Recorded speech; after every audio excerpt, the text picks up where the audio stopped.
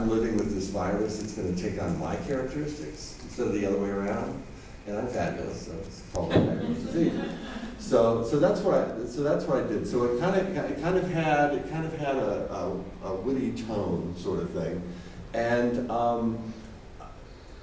when I say transparency, I wanted to talk about everything. I wanted to do personal story. When we talk about storytelling, almost every one of my blog posts, no matter what it's about, even if and I do like to turn the spotlight onto other people doing the work in our community and find an interesting angle to talk to them about, but I almost always start with a personal story about something that happened to me in high school or something, because I like telling stories, you know, and it's my site, it's free, so I write anything I want to. So my favorite posting that I've done this past year was called Probing My Anal Phobia. And I wrote it because as a gay man, when you're kind of like icky about anal things, it can really get in the way. You know, I mean, it's really problematic. And so it's not like I didn't want to do those things, I just didn't know like how to do those things in a way that, you know, everything was fine. And so I decided to write about it, and I wrote this extremely explicit column, all about, you know, oh my God, how do I do it? And if I'm a bottom, how do I do that? And then I wrote about the worst douchey disaster I've ever had in my life. So, you know, that's transparency, folks, you know? And so I don't expect that anybody has to say their most embarrassing things. I guess my point is that was my point of view.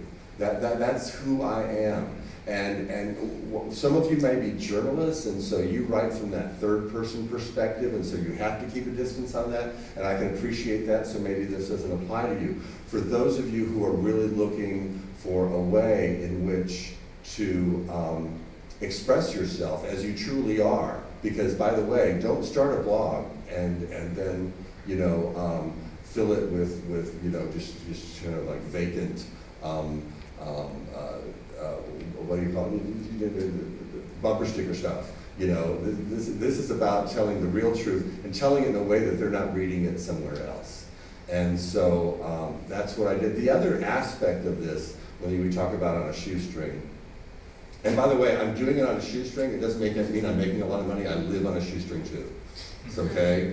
So, and I do have advertisements on, you know, I go through an ad service, I have a couple of banners on my site. I only do that so that it looks professional.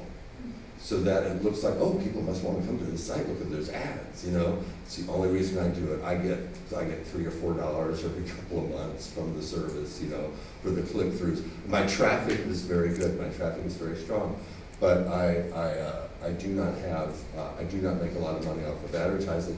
I make my living off of writing for other outlets, either in that voice, in my first person voice, or I will produce videos for them. And that was the second thing I'd like to talk to you about. I'm always encouraging, especially small outlets or bloggers or organizations that are nonprofit, that sort of thing, to explore video and to have that as an aspect of their site. It's so easy for people to click through.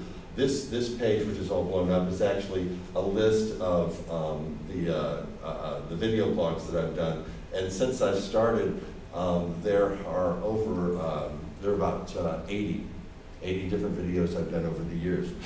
This is a terrific HIV negative gay men speaking for themselves. Wow, I got 4 negative guys in a room, one at a time, and I really asked them, I said, talk to me like you talk to your friends when nobody's around. Let me really hear about it. They talked about barebacking, they talked about PrEP, they talked about how they really love to,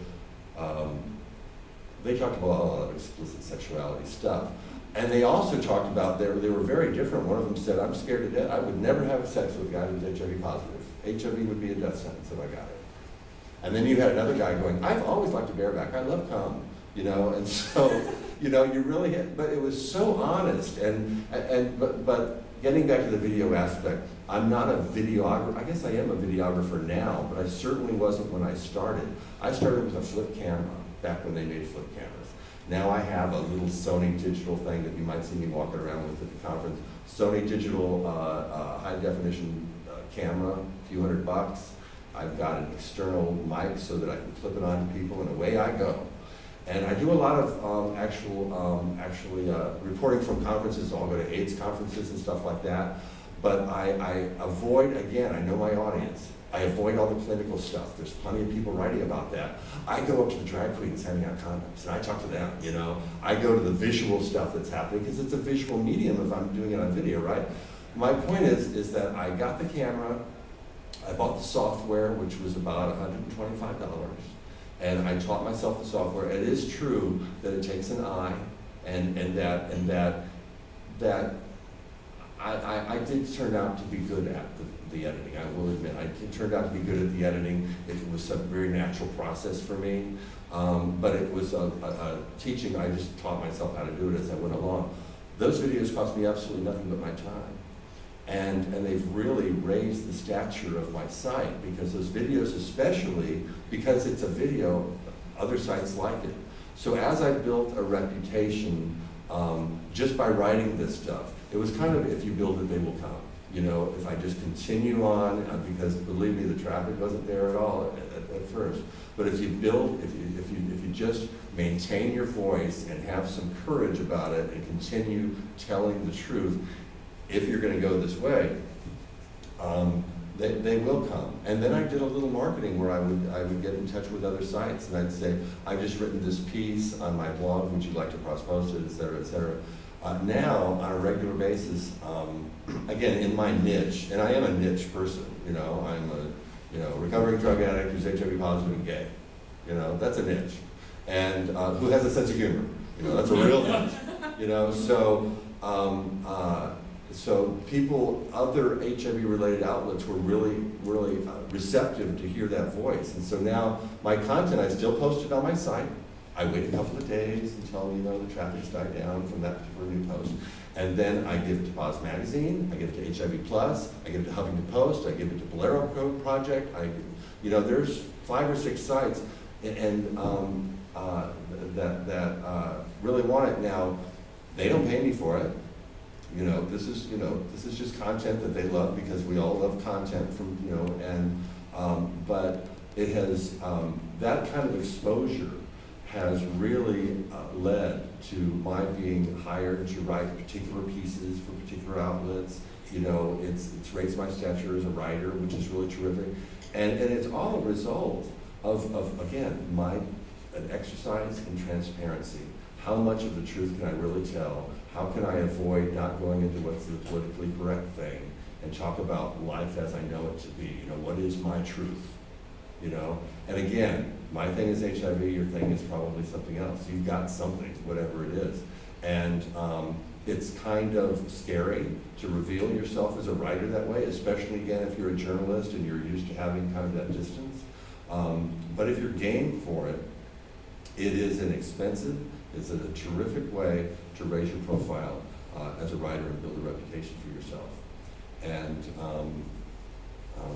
that's my story, and I'm sticking to it.